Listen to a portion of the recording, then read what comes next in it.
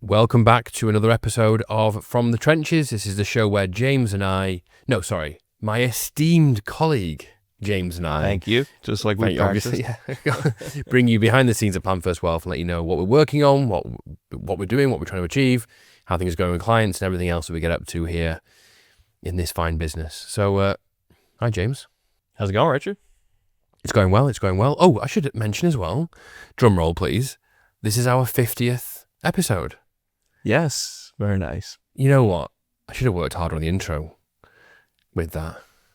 I'm just winging it now. I used to prepare these. And now I just rock up and say the first thing I think that's of. just skill, you know? You can roll up and still be expected to perform. I'm not sure anyone listening to that intro would necessarily call that skill, but I appreciate that. Thank you. Right, so our 50th episode, we will reference this later on in the show, but let's get straight down to business. What's on the docket today?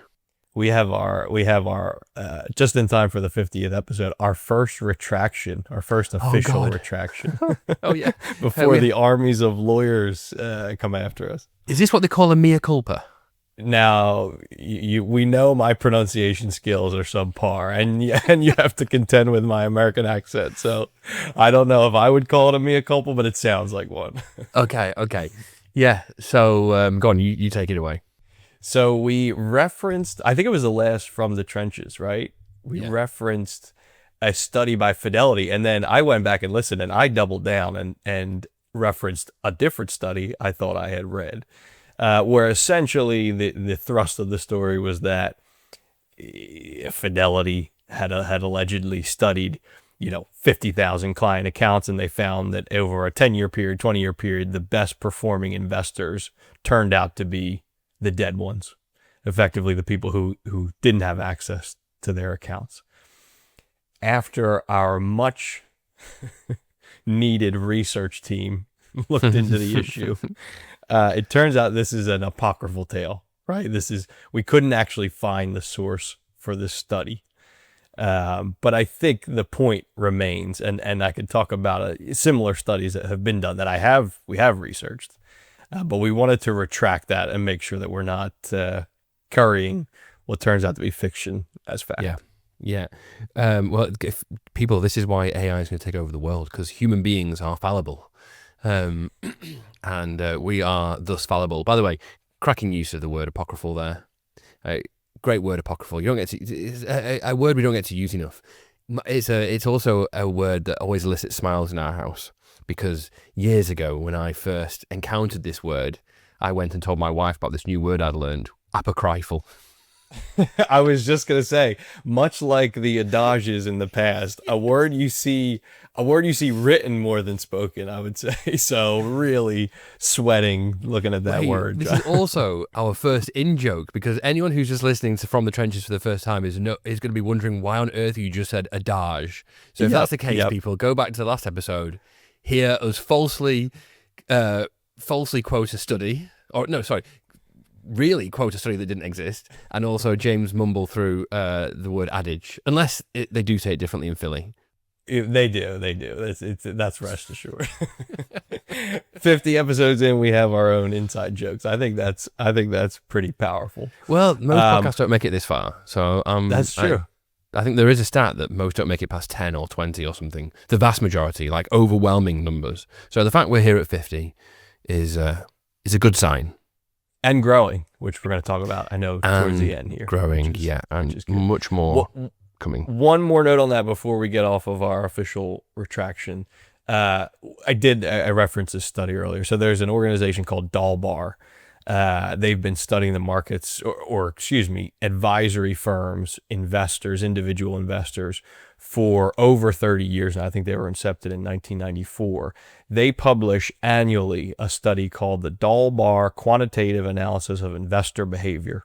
The entire purpose of this study is to determine how individual investors, call it retail investors, fare in the market. So they published one last year. This is the most recent that is available, and it underscores, I think, the point we were trying to make in referencing this non-existent study. They looked at what they call the average equity fund investor, so someone who's investing in the markets. In 2023 alone, the average equity investor earned 5.5% less than the S&P 500 in 2023. That's the third largest gap in the last 10 years of the study. All of that comes down to, they have a term for it, but it comes down to essentially emotion and trading. So trying to get in and out of the market, trying to time the market, getting scared out at the wrong times, thinking you know better than the average investor. So in a bid to try to add some credence to the point we were trying to make last month. James, I think there is a real study though. I think so. The story about the dead investors comes from a conversation I think on Barry Ritholtz's podcast, and it was him responding to a question. But I think they were talking about an actual study, which was, and again, I don't want to be so declarative this time because we've got it wrong once already. But I believe it was investors who checked their accounts less, who logged in less, fared better because they were checking less, therefore making fewer changes. Therefore, they just let it run. So the point is still valid. Yep, absolutely. Money is like a bar of soap. The less you touch it, the longer it lasts. Obviously, that applies to spending, but it also applies to investing. Okay, let's move on from that. What's going on in the world? Wow, so what a month we had in May. For the listeners, we're recording this morning of June 5th. As we know, we've been in a period of quite some volatility, so all this may change next week by the time you're listening to this. But we had obviously a tumultuous April, which we talked about a lot. May, the S&P finished up 6.2% on the month. The NASDAQ up 9.6%. Inflation is steady. Ride. Yes, what a wild ride we're having this year. Mm-hmm. Oh, can you just think about the conversation we were having in April? April, end of April, we're kind of like soldiered through, but before, February, March, oh gosh. And how violent it was, right? I mean, we've talked about the whiplash of shedding 20% effectively in, a week, 10 days, trading days, and then a 10% day up. I mean, we've hit these points, but it just goes to show you again, trying to predict what's going to happen next is a fool's errand. And certainly, we're not going to pretend to know what happens 2 months from now or 6 months from now. You want to make sure you have a plan and you stick to it. Let me tell you a story, a real life story. I'm preparing for a client meeting that I've got after this. And I thought, this would be a good thing to bring up on the podcast, because every time it kicks off, like it kicked off in February, despite all the work we do, always trying to prepare people for this and lay the groundwork, there's always someone who nearly panics off the cliff. It's different every time. And this time, I got one email from a client. This was when it was real, when the market was just in free fall in those 10 days, and he'd only recently invested, and he's a long-standing client, but he'd recently invested some more money, and he said, "I'm thinking of getting out. This is it's going to go from bad to worse. I can't handle this. I'm thinking of bailing." And I just said, "Look, please don't. I can't tell you what's going to happen next. I can't pretend to have a crystal ball. All I can tell you is that's not how you make money in the markets and investments in the long term. That's how you destroy wealth." And he stuck with it. Thank goodness. Mm-hmm. And so not only that, so that's it's always gratifying that, because I'm sure without our involvement he would have bailed out, and that might have been a pattern. And when we got back in, this is how you destroy wealth. It's how you destroy retirement, frankly. Anyway, I was preparing for this meeting I've got with him today, and I was reviewing what's happened, and he's actually, quite substantially up on the year. I wasn't expecting that, given the year. And he's up from when he invested. Not massively, but he is up. And not only that, because of the tax loss harvesting we employed during the volatility, he's got over $20,000 worth of losses now. So he's actually, but compared to where, I'm looking forward to the meeting now, because I can say to him, look, you're actually just ahead of where you were when you invested. If you'd fall into a coma, you'd think not much happened. You weren't in a coma. You know an awful lot happened, and you know it was quite scary. But the good news is we took advantage of that volatility. You now have $20,000, more than $20,000 worth of losses you can carry forward on your tax return. That's going to reduce your future tax bills. The next $20,000 worth of gains, you're not going to pay tax on it. Essentially, he's now got $20,000 to carry forward and reduce his future tax bill. So, yes, it was tumultuous. Yes, it was unpleasant. He didn't bail out. He's actually ahead now after all that, and he has over $20,000 worth of losses to carry forward to offset against future gains. That was a crisis well used. That's so true, and there's something to identifying and then taking advantage, utilizing opportunity in periods of uncertainty, in periods of volatility, because it is scary, right? And we don't downplay this. I guarantee you had a massive sense of relief when that client came back and he said, look, I appreciate your advice. I'm going to stick with it.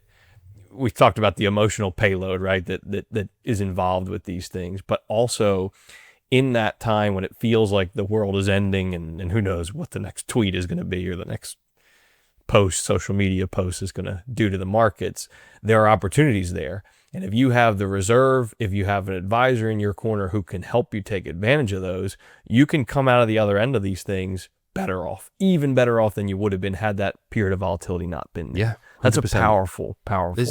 I'm seeing it right now. I'm looking at the evidence of this client, and those periods you referenced, they are heavy. They really weigh on us. A good advisor, I know there's lots of cliches and stereotypes about advisors out there, but a good advisor cares deeply, and they care about our clients' futures and their well-being, and we know that comes from prudent investment management that involves sticking with it and not making these big mistakes that we're all susceptible to.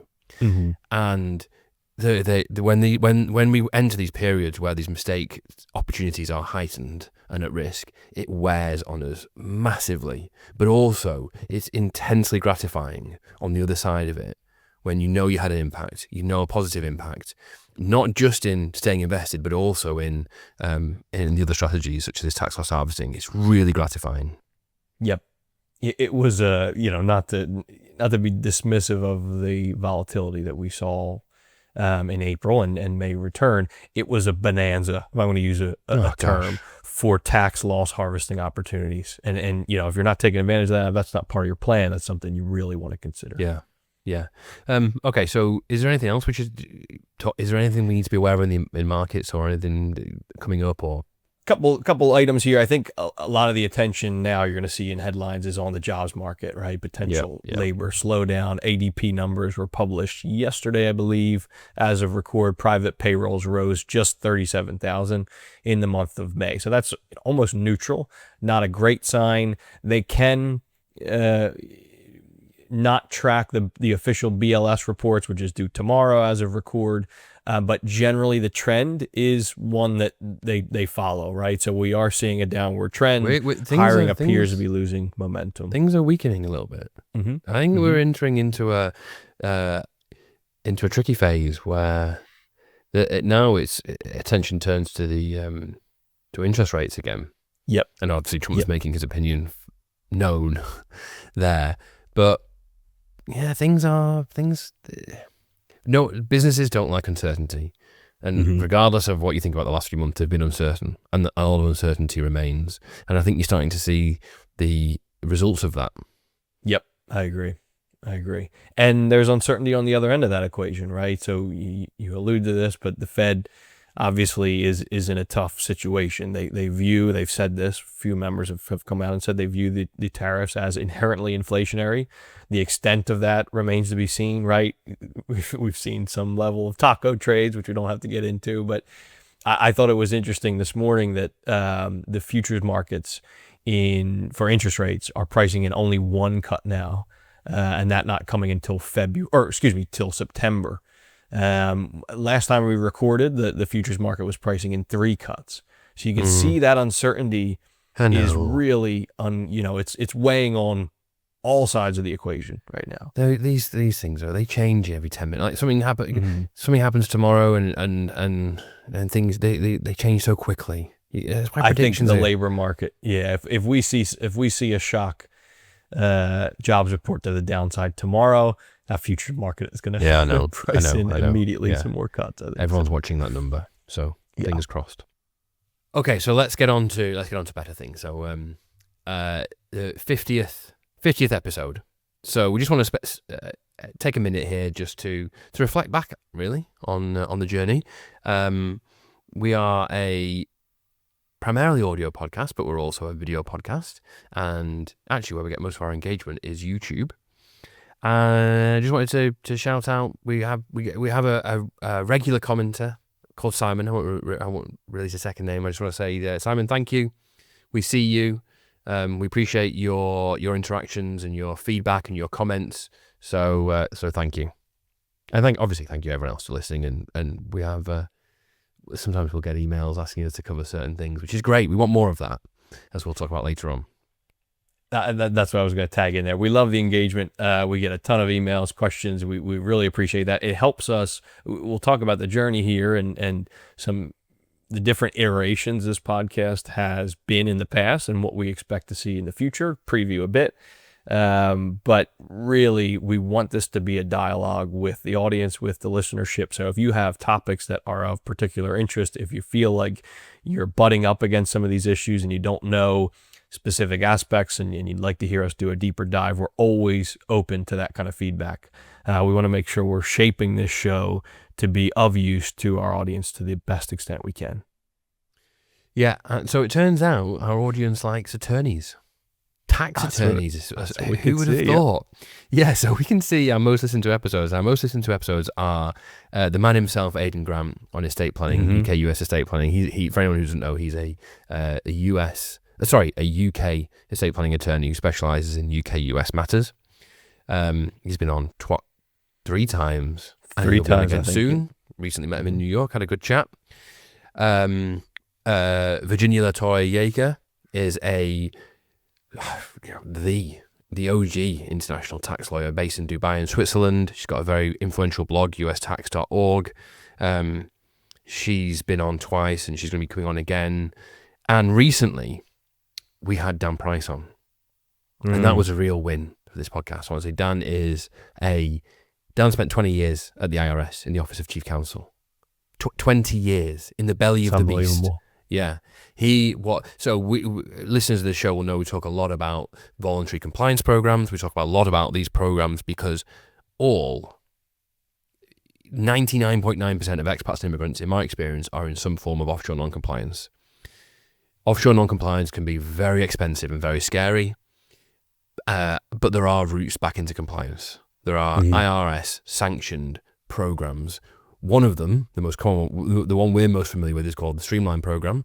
And Dan Price was 20 years at the IRS. He was involved in putting this scheme together. He was involved in the FAQs that are on the IRS's website right now. He wrote some of them. He has reviewed, I don't know, hundreds, maybe more, of Streamline submission statements. He has seen the good, the bad, and the ugly. This is someone who, what a win. What a huge win for us. I think he said, not to trump him up too much, but I think he said thousands of Streamline submissions he's read. Yeah, and someone who was so important to the construction of the actual program itself. I mean, it's what a wealth of knowledge that is directly relevant to, like you say, I would hazard a guess 90% plus of the people listening to this, the people we talk to. Just an incredible source of information. Yeah. So listen, we hear you folks. We'll have more attorneys on. I've got one. Aidan's coming back on soon. I've got Virginia scheduled. I'm sure Dan will come back on if he knows everyone's cheering for his return.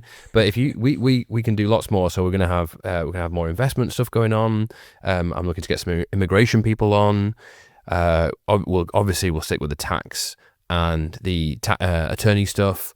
I'm also out there scouring, looking for interesting expats because one of our other biggest shows was actually a guy called Steve DeFranco, and he was the drummer for the band Bad Manners back in the day, before my time.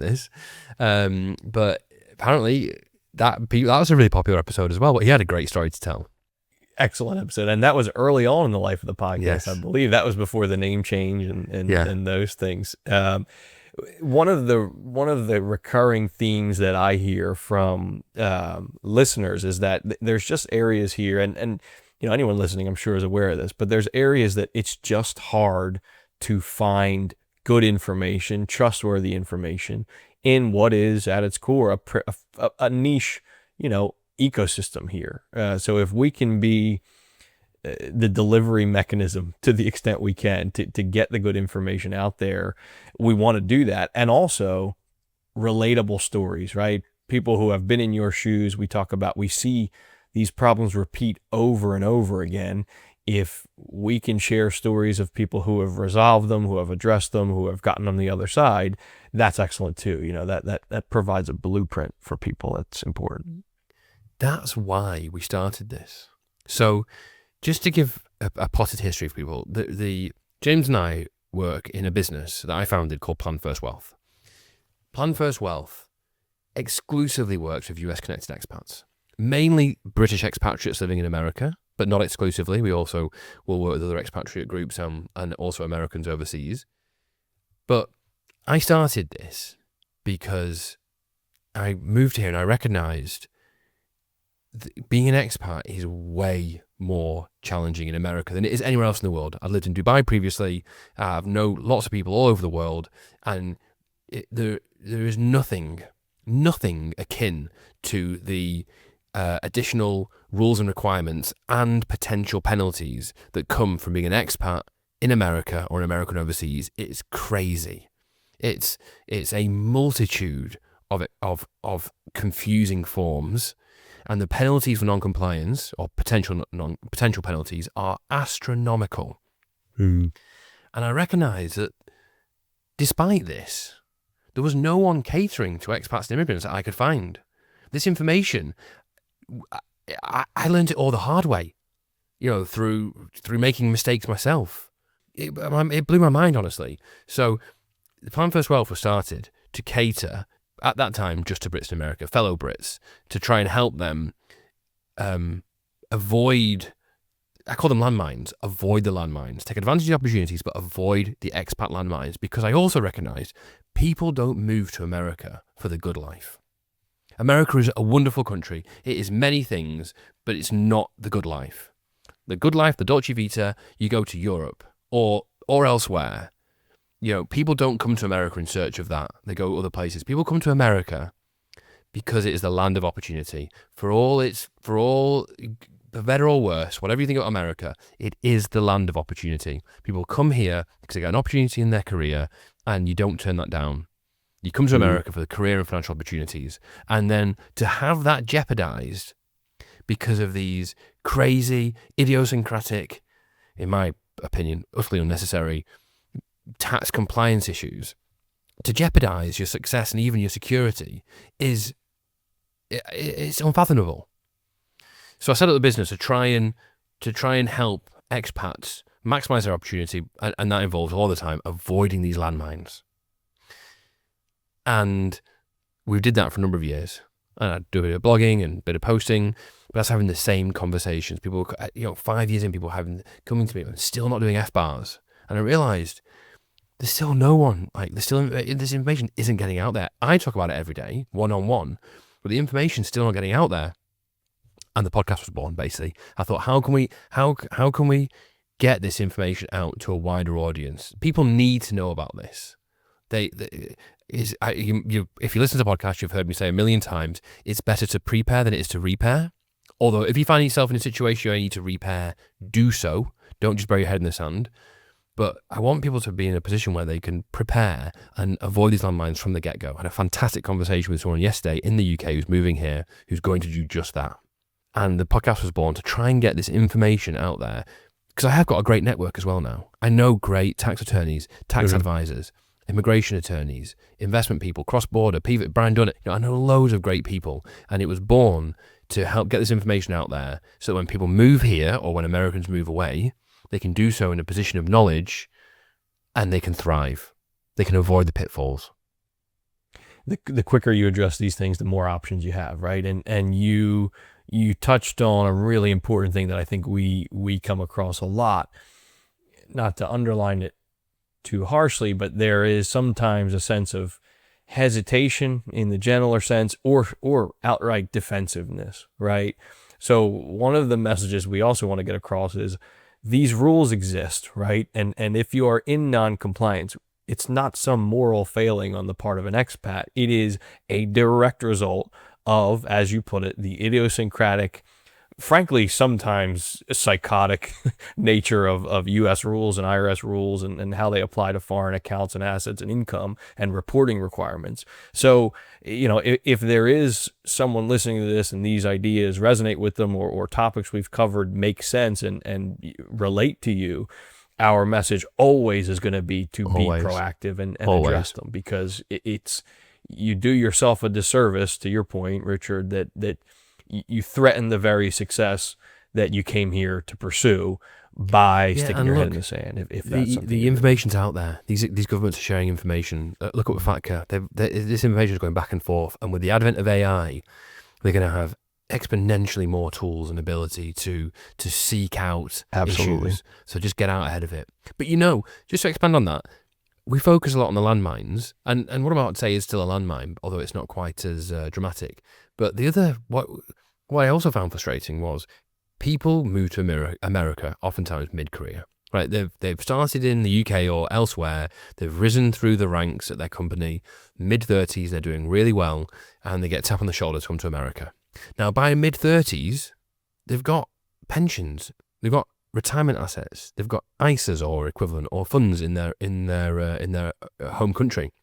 A lot of the time, they'll maintain them, but they get here, and either those products are now horribly uncompliant and tax inefficient, or like their pensions, they can't do anything with them, so they just languish for 20 years, and then 20 years later they'll come to us in their mid-50s and saying, right, I'm thinking about retirement now, I've got these old UK pensions, and we pick them up and we like, okay, you've got a decent chunk here, what could you have done with that? Or what's the opportunity cost that it's a silent cost? You got £500,000 or dollars or euros, whatever it is, in these accounts, great, that could have been 800,000.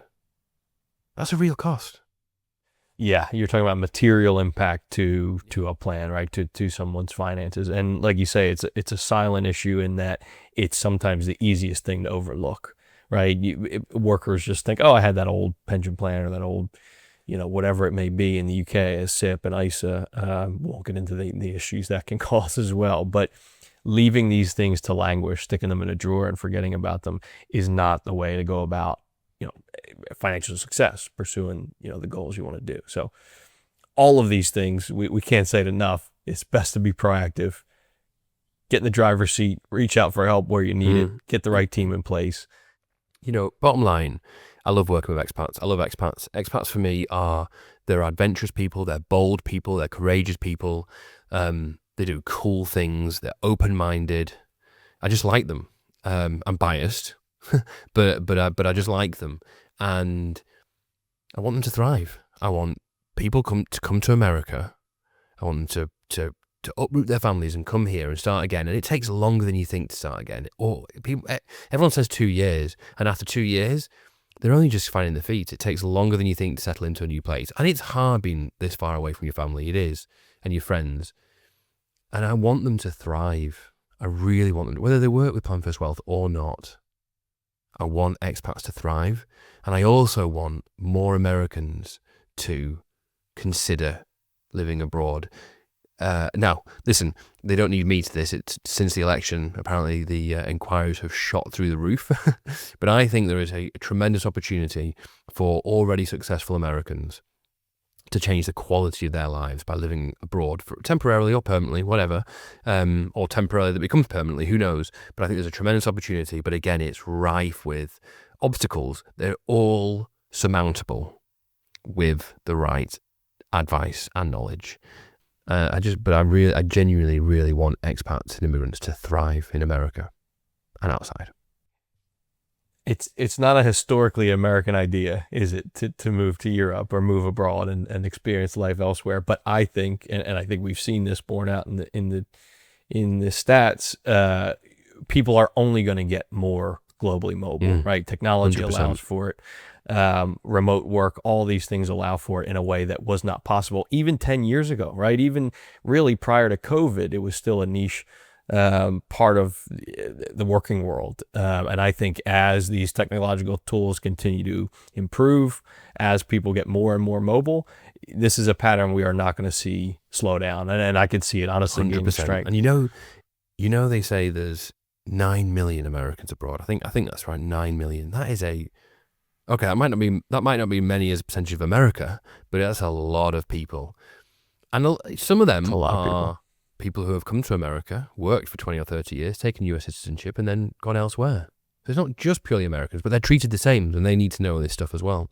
American abroad, even if they're going back to their home country. But do you know, I also heard, so of those 9 million, apparently only this can't be true. Apparently only 500,000 file an annual tax return. That cannot be true, but if it is, it gives you an idea of the staggering level of non-compliance. Staggering level. It would not surprise me that stat, right? And I know we're both gun shy now about being declarative in our statistics without it at hand, but judging on our experience, my experience here, and the people we talk to, like we say, no moral failing on anyone's part. These are complex rules, but very, very common and very easy to slip into the trap of being in non-compliance with the IRS and creating problems for yourself. Do anything else to say on our 50th reminiscence? No, here's the 50 more. I think we both really enjoyed doing this. I think getting the message out there is gratifying when we do hear feedback. I know we're ringing this bell a couple times, but that means a lot to us. We appreciate that people are listening, that it's providing value to people. So like I said, don't be shy, right? Reach out, leave a comment, send us an email. We want to hear what you're thinking, what you're looking for, how we can provide it. Next up, I've got Holly Calder. I don't struggle to say her surname. She's got a new surname. She got married. I always have to. I still always think of her maiden name before I get to a new one. She's a partner at Buzzercart in the UK, and she's coming on to talk about UK pensions. So whilst the show is expanding away from just Brits, because the business as a whole has, Holly is coming to talk to us about what to do with your UK pension once you're in America. So what your options are, what you need to do taxation-wise, what you need to do reporting-wise, how it interacts with the treaty, etc., etc. So I'm looking forward to that. That's one of our most commonly asked questions areas, I would say, right? Maybe the most potentially. So that'll be a great episode. That's it, my friend. I think. Have we got anything else to say? Oh, Pick and Mix. The most important segment. Well, I have not thought about this at all, so you go first. I read a very new book, which is rare for me. They don't tend to cross my desk, so to speak, until they've been out for a couple of years. But this was generating some buzz that I found interesting. It's a book titled Careless People. Author's name is Sarah Wynne Williams. She was a fairly high up executive at Facebook. From 2011, I think she joined, was there for about 7 or 8 years, and it describes a Facebook that transformed from a relatively neutral sort of global policy positioning perspective to one that took a much more active role in as we've seen in geopolitics, if you can put it. Fascinating read. Very readable. Page turner. It's called Careless People. Careless People. I mean, what a great title. What a great title. So part of the buzz, I recommend everyone go out and read it and form your own opinions. But part of the buzz is that Meta has embarked on a fairly aggressive campaign to disallow the publishing, the printing of this book. So there was an effort to silence the author, which I thought was interesting. Social media companies. Is it hyperbole to say that they're in the process of destroying this planet? They're destroying the social fabric. You come away, it's not a feel-good read, put it that way. You come away with a feeling of, okay, the bottom line matters a lot more, and next quarter's earnings matters a lot more than, the real-world impact on. Have you heard of The Mountainhead, this film from the guy who created Succession? I heard of it. I haven't seen it though. Yeah, we watched it the weekend. It's not worth watching. It's not very good. But the premise, which is just these uber rich children, it just skewers these tech tycoons for being the immature babies that they are. Dangerous. There's some of the most fascinating, and dangerous through indifference a lot of times, which is sort of more insidious. I get sucked into a lot of these kind of business tycoon books. The one on Theranos, Elizabeth Holmes, and the one on Uber and WeWork. They're all really fascinating reads. But one of the most interesting passages in the book, I think, she's talking to Mark Zuckerberg about, like almost like, what is your life now? When you have unlimited funds, how does it transform how you view the world and manage your day to day? And he's pretty frank with her. And I think she sees a transformation in him throughout the years. She worked directly with him for many years, as well as Sheryl Sandberg, who's COO for many years. It is a fascinating glimpse into a world that obviously 99.99999% of humanity will never come close to experiencing. So, great book. I said I hadn't prepared for this, but because I've done our weekly email this week, I have, and I'm just going to rattle through this quickly. I've got quite a lot to share. Season 2 of The Last of Us. Didn't like it. I haven't watched yet. Well, no, that's not fair. It was a big come down from season 1. Season 1's one of the best things I've ever seen. Season 2 was very disappointing. Mm-hmm. That's what I'm going to say on that. Books. I've talked about the Silk Roads book that I'm reading because I've been reading it forever. Yes. It's a must read. So it's a book on like trade throughout forever, literally thousands of years. And the old stuff, like the 2000 Attila the Hun, Genghis Khan, all that was really, really interesting. But what was really, really interesting for me was it got more and more interesting the more and more modern we got. Especially where I am right now is it's all about well, first of all, it's about the British and the Americans' involvement in the Middle East and oil. And then how that led to the Iranian Revolution and then the Soviet invasion of Afghanistan. And why this is also interesting to me is because all this happened just before I was born. So I'm peripherally aware of it. There's been news when we were growing up would harken back to this stuff. I'm aware it happened, and I'm also very aware that a lot of the major events in my lifetime, Iraq War, for example, can be tied back to this stuff. And everyone always talks about our involvement, British and America involvement in the Middle East and oil. And I have like a very superficial awareness of all this stuff, but I couldn't have told you why the Soviets invaded Afghanistan. I couldn't have told you anything. I couldn't say anything more about the 1979 Iranian Revolution other than, the Shah got deposed and it brought in the new regime and they hate America. I could tell you, I know Britain and America were involved and meddlesome in Middle East before that, but I couldn't tell you any more than that. And now I have such a better understanding of all this.